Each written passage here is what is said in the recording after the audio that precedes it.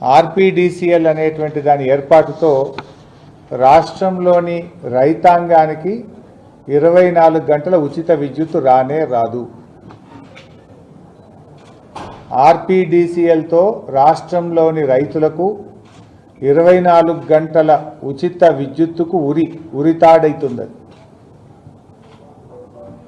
Lift irrigation స్కీములు, ముఖ్యంగా మన రాష్ట్రంలో అన్ని లిఫ్ట్ ఇరిగేషన్ స్కీములే ఉంటాయి. కాళేశ్వరం, దేవాదుల, సీతమ్మ సాగర్, సమ్మక్క సాగర్, కల్వకుర్తి, నెట్టంపాడు, భీమా, కోయిల్ సాగర్, ఏఎంఆర్ ఎస్ఎల్బీసీ, ఇవన్నీ కూడా లిఫ్ట్ ఇరిగేషన్ ప్రాజెక్టులే. అంటే సాగునీటి రంగానికి చెందిన లిఫ్ట్ ఇరిగేషన్ ప్రాజెక్టుల పాలిట ఆర్పీడీసీఎల్ శాపంగా మారబోతా ఉంది.